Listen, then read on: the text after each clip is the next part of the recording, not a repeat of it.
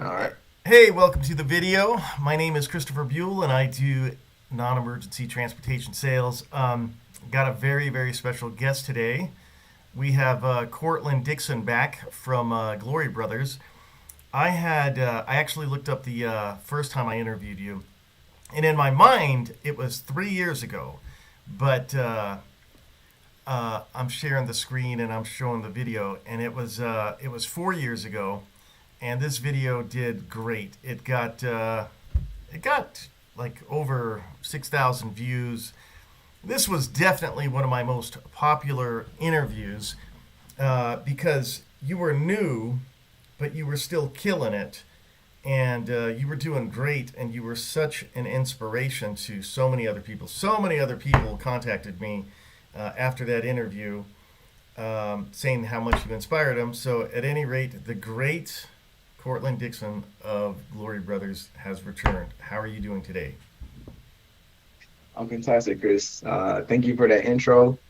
Um, man, the we don't talk about the impact that you had on me as well.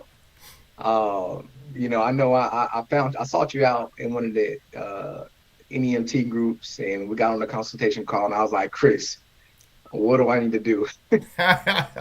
And you'll give me your background on your operation out in Arizona. Was it Arizona? Yeah, I had one in Arizona and one in Little Rock, so or one in Arkansas. Okay. So Uh, One of them, you was like, "Hey, man, this is how I did it. Every day, this is what we did. Door to door, in the faces. Making sure we're getting the brand out there. And as simple as it sounds, that's what it takes. So yeah, awesome to be back and have this conversation with you today. that's great. That's great. Well, I got a lot of questions for you. What's changed? So 4 years ago, I know I went back and looked, and it was like you were doing 15 trips a day. So that's frankly in my book, that's a serious win. How many trips are we doing today? We do about 500 to 600 trips a month. Dear God in heaven. Okay. Do you remember how many vans you had when we spoke the first time? The first time, I think I still only had one, maybe two. Okay. And how many vans we got today? We got five. 600 trips. And you know, what are the mistakes? What did we get wrong back then that you can help a new person today that sees this? What was the mistake you made? I wouldn't say mistakes per se, but just lessons, growing pains. Okay. The name of the game is back in high school, my football coach used to say, always be improving. And in this world, what that translates to is always look to where you can be better. So for us, that looked like getting better cameras in our trucks, having better safety certification trainings, getting a schedule together, getting expectations together for the customer, implementing policies and procedures so the machine can run. Without systems and processes and policies and procedures, you're leaving room for people to just do what they think should be done, which in business, that's not how things should operate. You should have your staff, but they should have a guideline on how things should be done. And, you should have that trust in them to trust their best judgment, but, they need guidelines to operate. What is your biggest challenge today running a non-emergency company? I think that if it were me and I were you, because I was in that situation, it's employees. It's that was my biggest. But I don't want to put words in here. What is your biggest challenge? Like you said, man, anything dealing with staffing, that's going to always be the number one issue. Now, I'm not saying that the staff that I have now is bad because actually, my dispatcher, she's been with us for 4 years. We're currently in the process of bringing on a second dispatcher, so that way they can tag team phone calls all day and monitor the trucks, make sure everybody's has what they need. Drivers, I have three drivers that have been with me for 3+ years. A driver that's been with me for a year. So we're definitely getting good retention. But in between that, finding finding good people that you can grow with or that can grow with the company, it makes all the difference, you know. Do But you like that goes back to the policies and procedures. When you got good systems in place, people can interview well and all those good things, but once they get out in the field, if they are not good seeds, then it gets weeded out really fast with us. do you have where do you get your management help? Who helps you with the policies and procedures? Like have you needed like consulting or guidance on sticky situations and what do I do in this? Is there anyone that you go to, or have you figured it out on your own? I'm like a sponge. So, I'm always researching, different things. I'm always asking questions. And like it goes back to always be improving. I'm always, when particular situations happen, I'm like, all right, how can this not happen again? And so I take that, and I also have friends that I can lean on, that are 40, 50 years old and have been in business for a long time and operating teams. And, they tell me their insight, it's, so it's kind of like I just take bits and pieces from everybody and make it my own. Okay, okay, right on. Yeah, so like in our first interview, we had talked a little bit about. I think you were doing Facebook sales or Facebook advertising. Um, Right. and that was actually a pretty popular part of the channel. People went back and rewatched that. What are you still using Facebook today? What do you do for sales today? Honestly, what works best for us, and this is what works best for us: building a solid reputation. You Google non-emergency transport, we pop up at the top. You take a look at our 80 plus 5-star reviews, and you see these families and these facilities raving about reliability, safety, professionalism, and just a pleasure to work with. They won't give no one else a call. So, we really just push, for our reoccurring customers to go and leave us a review and to spread the word. And we're also always out in the field trying to attract new business. So I kind of shifted away from Facebook just because cost, you know, uh, in advertising in general. Like I did radio, news, Okay, the billboards, you know, the service that we're selling is not a today service, like most things. It's a maybe down the road service. Now, I get in a car accident, I break my hip. Now we need this service that we've never heard about, so it's kind of like, we have to continue working our contacts and making sure that we're top of mind. So when these people do go in for their procedures, they have a resource list with Glory Brothers on it. okay, and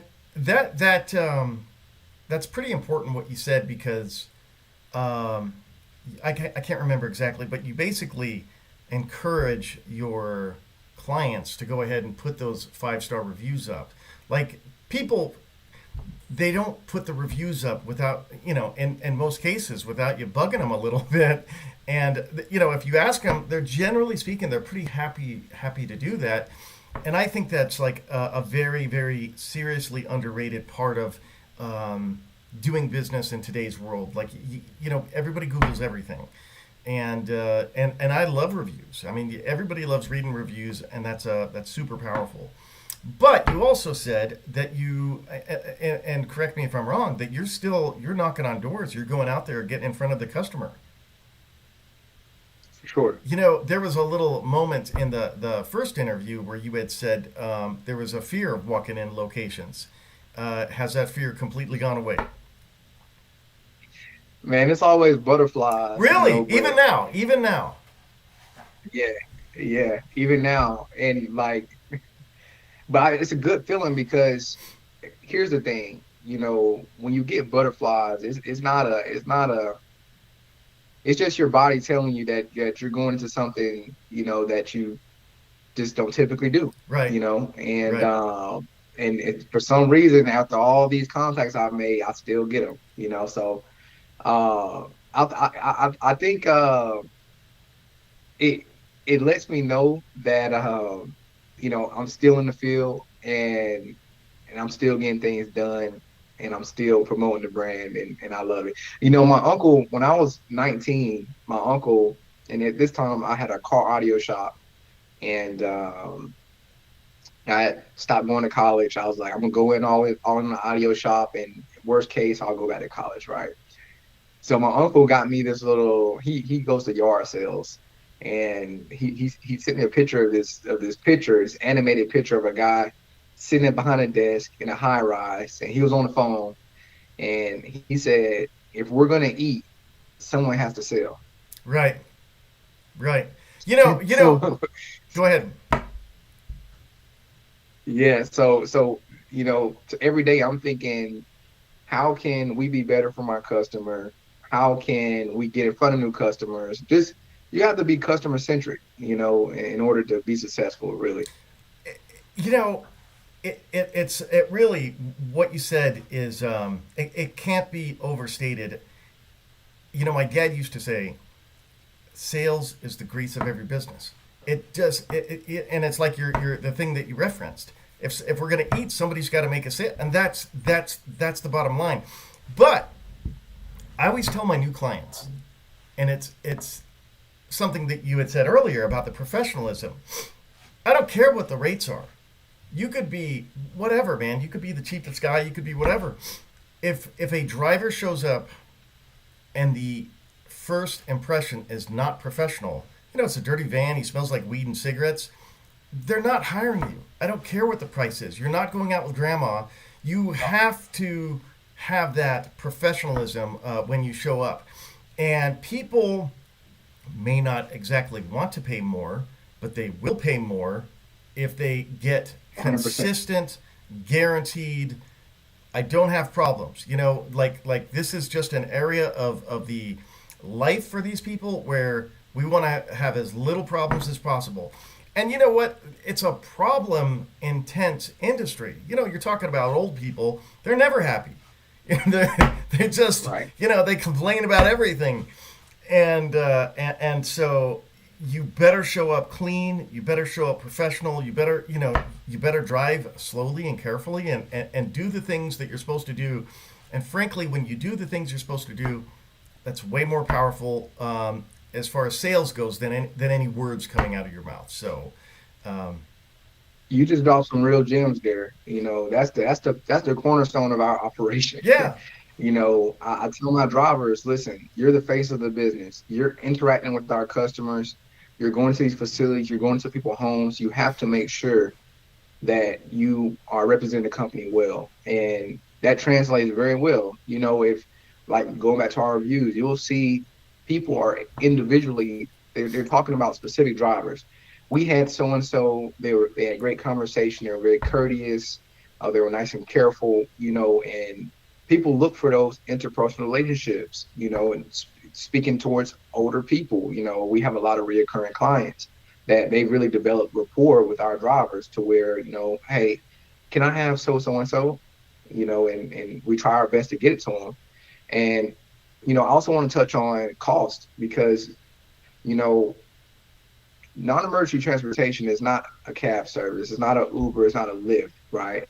People are not just, this is not something that, you know, you can just, this is not something that is, I almost want to say, it's not something that's just as simple as picking up and dropping hmm off. It's a whole experience that people are paying for.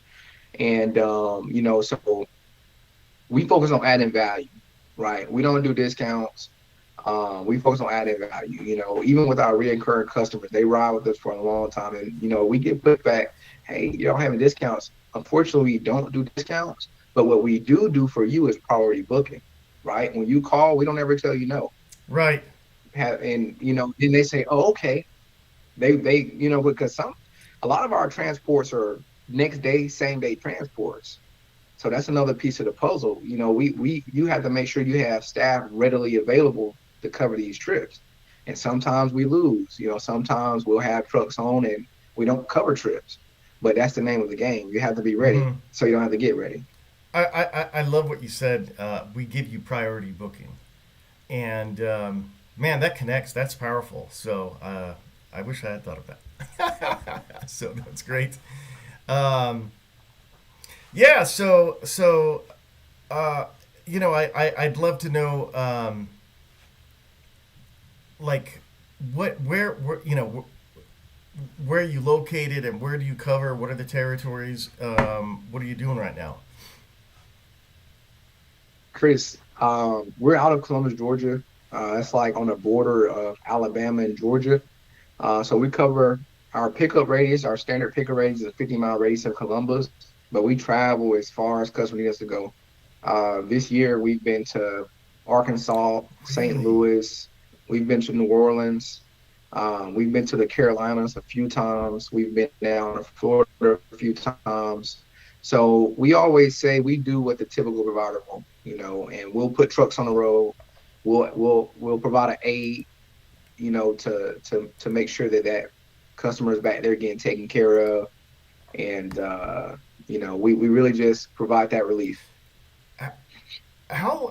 I mean, is that overnight, or is everything within one? Sometimes, How would an overnight trip even work? okay, so in regards to, it depends on where as far as they're traveling, right? As far as a patient being loaded, we're not going to stop, rest, and then get back in the truck. We're gonna go straight through. So Like, you just bring two you know, we've drivers, or we've drove 14. okay, Yeah. okay, wow, those got to be some great paydays. That's great. I mean, but it's a lot of risk Yeah, because if a truck breaks down, how are we gonna? You got to make sure you have contingency plans in place to make sure that customer gets where they're going, no right, matter what right, happens en route. right. So, the risk is relative to the reward for Let sure. me let me ask you this. Um, what is your level of enjoyment 4 years into it?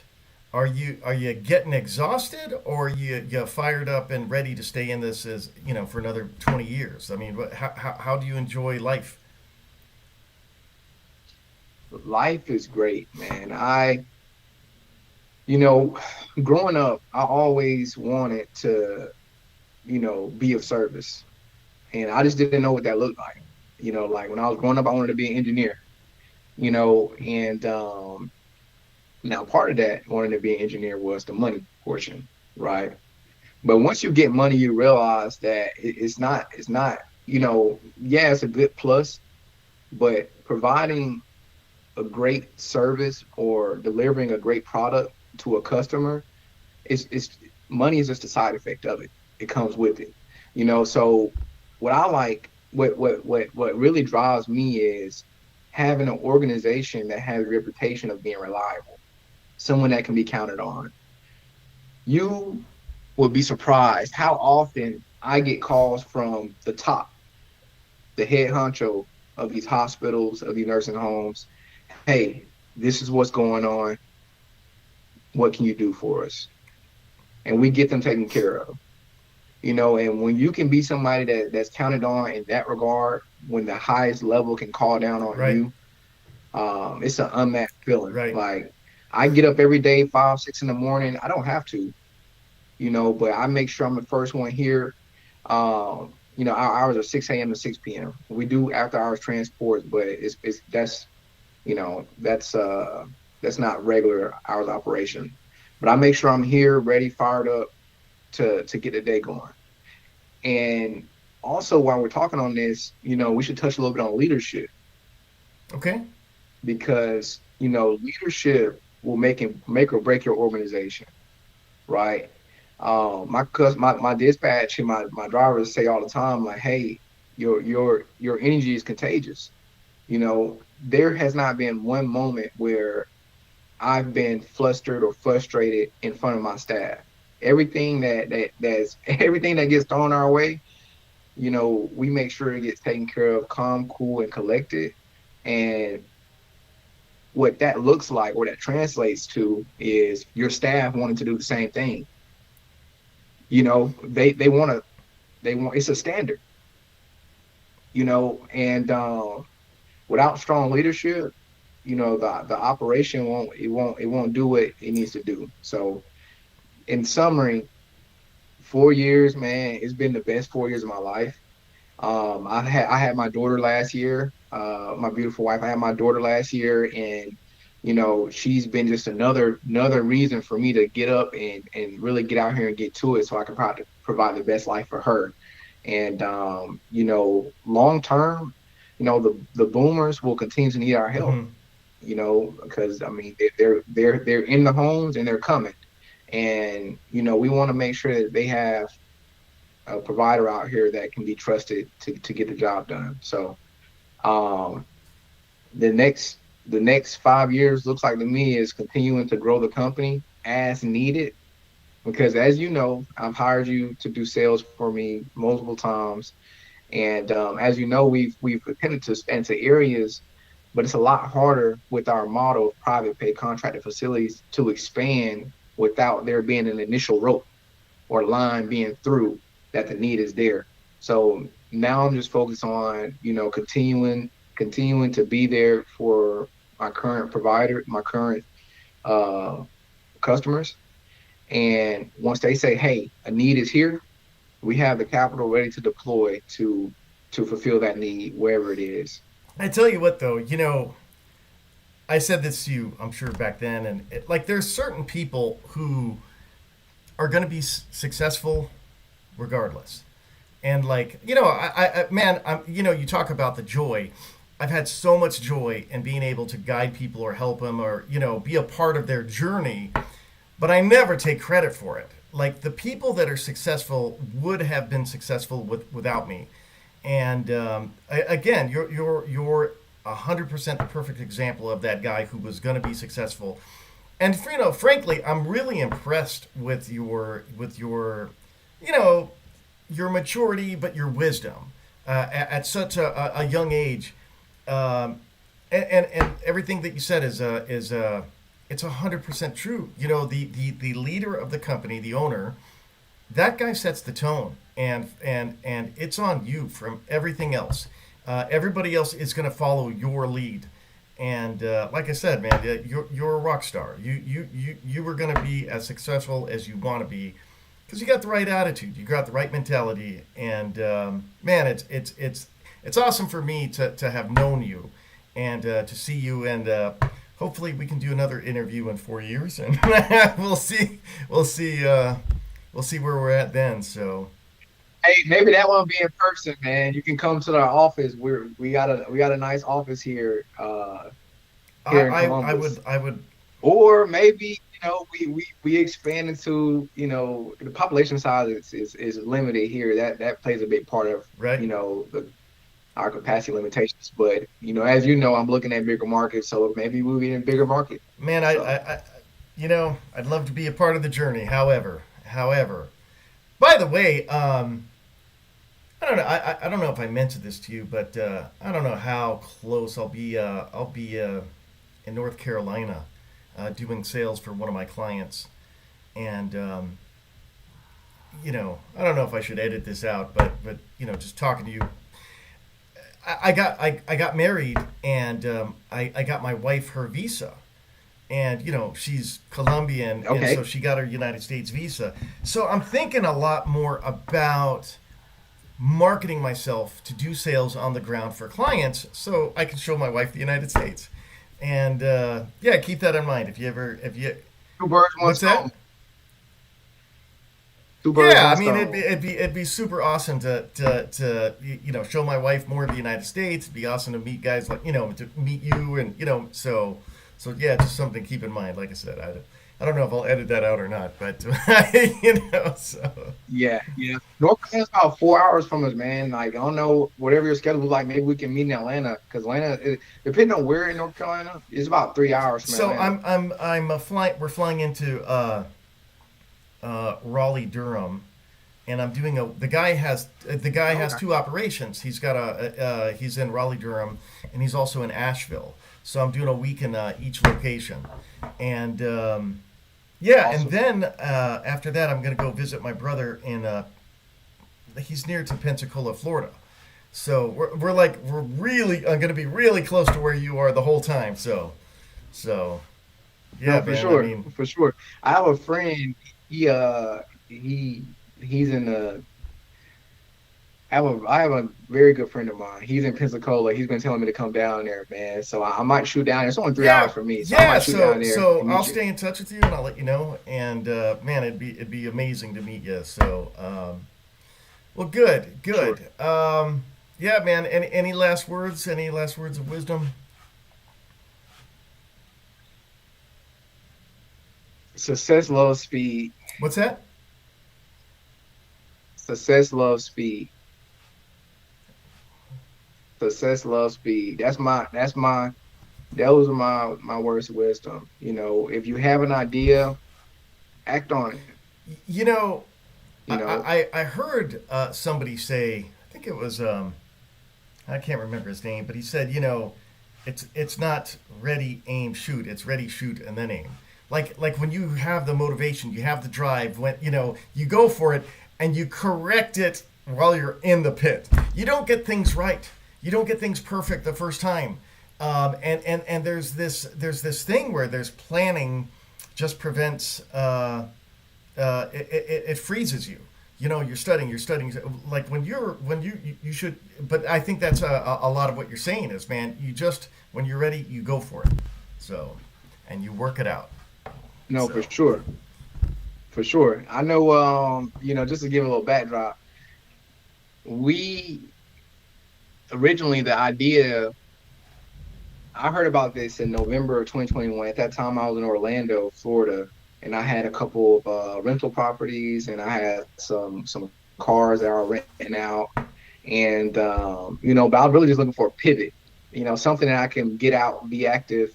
So my dad told me about the industry, and I had no idea about the industry, right? And that was in like October 21, and I ended up doing a deep dive on the industry. And I said, wow, there is a need here. And I was like, well, if I do it here in Orlando, it's not on my network yet, right? So I looked back home here, so Columbus is where I'm from, and I said, wow, the companies that are here, they're online, but their reviews aren't the best. I know I can do a little bit wow. better, with that experience, with my Right. hospitality Right. background and logistic background. And so by October, so October, I found out, did the research. By December, I had bought a truck. I didn't even see the truck yet. I bought a truck and I connected with David Yunt. You know David? No. David is a rock star. He's out of St. Cloud, Minnesota. He financed like my first 3 or 4 trucks for me.